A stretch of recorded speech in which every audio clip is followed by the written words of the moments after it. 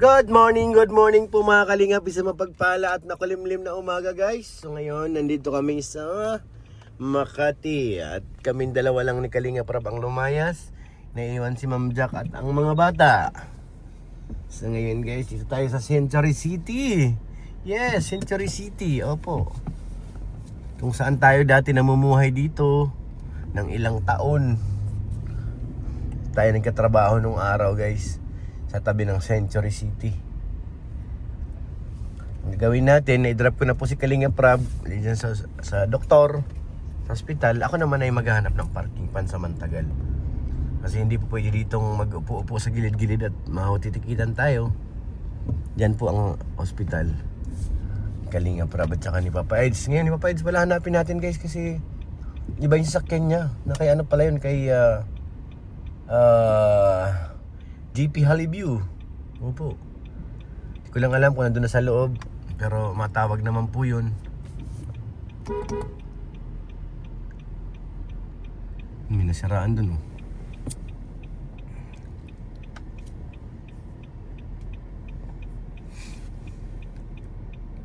Pasok tayo dun sa parking. Baka nandyan sila GP. Sila Kuya Norman.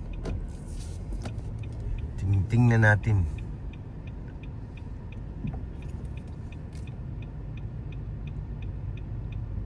Nagkakagulo sila, nagkakagulo.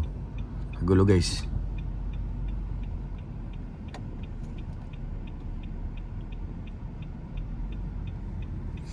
Hindi na naman ang gwardiya.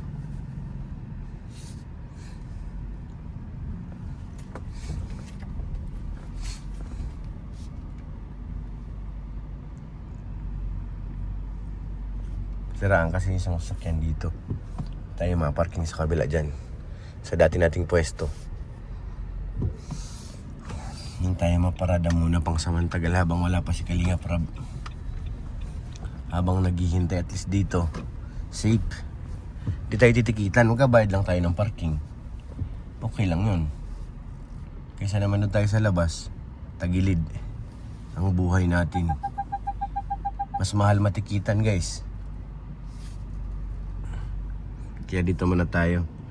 Tingnan ko na dito yung sakyan ni Baka parang wala pa sila Papa Eds ha.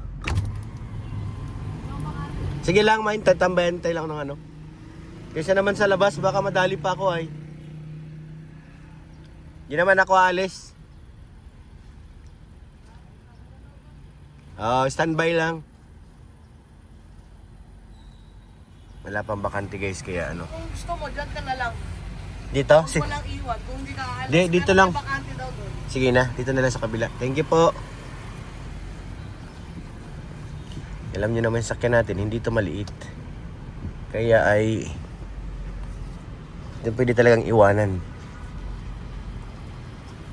Ito lang tayo. Ayun, may bakante nga ni Sabi waya, mayon man Mayon man nga ni. Sabi waya. Dayawa pa May yung parking ni Tatang. Parada muna tayo guys. Tayo guys, andyan na raw si Papa Eds, dumating na. Si Jipoy, tinawagan natin, nasa basement, bumaba siya. Samantala, dito tayo sa labas, maganda dito sa labas, maraming tanawin. Pag sa basement ka, para kang nasa loob ng kulungan.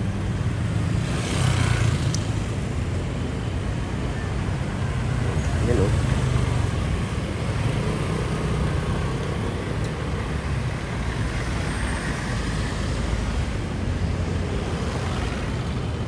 dito baka natin sila dito sa kanto kung lalabas nga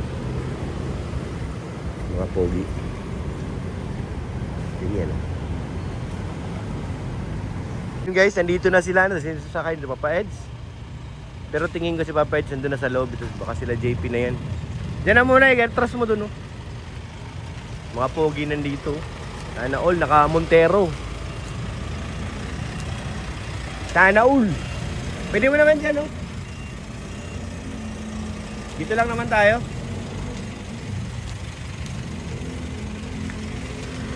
Ito yung ginawa namin ng ilang taon. Itong building na to.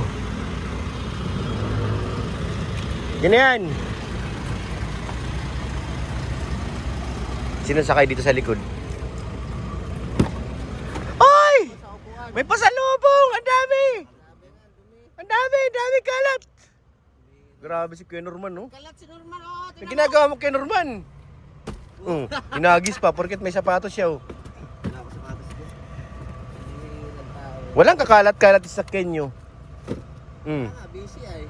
Hala, kalinis-linis. Pag-uwi na lang tayo makakpas ay. Yung biyahe namin dito, si Ah. Lolo. Yeah, pag grabe. Solo ka dun? Walang galaw kami Dalawa dalawa. sila, Lolo. Puno ng bagay ito. Ay, yung pala dito pala si Lolo sumakay sa inyo.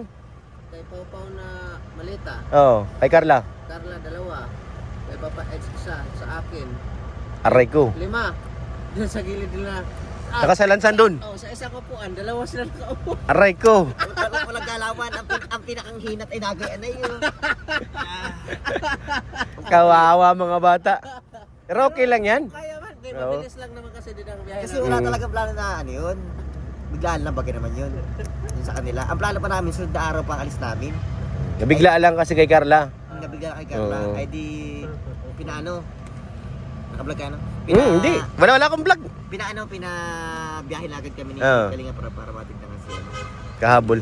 Hinihintay ko kayo dun sa expressway. Dun ako si Oil eh. Sa Laguna. Oh, Andun lang ako nakaparada eh. Dun, 2 gabi nga ako dun. pambira. Bago ako bumaba dito. Ang sinabi mo lang. Nasa Batangas ano mo, kami. Akala ko doon na. Sabi ko, sa highway na ako. Alam ko na magbababa. Andun na ako si Oil. Dun ako kasi ang unang usap baga, sabi ni madiretso ng ano, sabi ko sige na kung hindi man makadiretso, antayin ko na dito sa expressway para i-transfer. Kaya pala, hindi. Oo, doon ako nakatambay. Eh sabi mo madiretso ka na, sabi ko dito na ako nakatamad lumuwas ng Manila. Tapos dito tahimik. Nasa ano, Sa Sea Oil, sa ano, sa paglagpas mo ng pagpasok mo ng turbina, di ba, yung unang gas, Petron, tapos kasunod nun Sea Oil eh, kanan. Tama din naman kasi sobrang aga nga namin dun eh. Tama lang yun. Sobrang aga namin sa tawag nito, dun sa Tagaytay. Eh kung lumiretso na kami ng Tagaytay, ang haba ng aantayin namin sa Doon kaya tunganga rin. Oo. tulog Ikaw lang yun. Gasolina. At least lumuwag na kayo pagbaba nila Carla. Ah. Tumawak ng spice. Walang kakalat-kalat guys. No, pag-uwi nga sana namin, pauwi ngayon, di Oo. ba pag-uwi galing Vietnam. Grabe. Nandiyan sila kay David kung maluwag nga daw dito, hindi naman nga rin pwede pala. Meron- Ito pala, ang target nito, masundo pala ng pamilya talaga. Oo, may sakay din kayo pa uwi. Oh, hindi na sila Puno obra. pa rin. Pinadala naman namin yung van. Yung ba na pwede naman? Kasiksikan din sila dun. Sino kasama? Saan ba sila nakasakay ng Daliban? Sa 100, sila ni Ated na. Si Kuya Brooks. Tsaka si Marky. Higa-higa ko naman sila lang. Oo. Puro malito lang naman ang karga. Tapos, sa amin si Pau. Patrol. Paano, kailan na uwi natin? Mamayang gabi, baklas na. May bakante mo. Sige na, pasok ka na.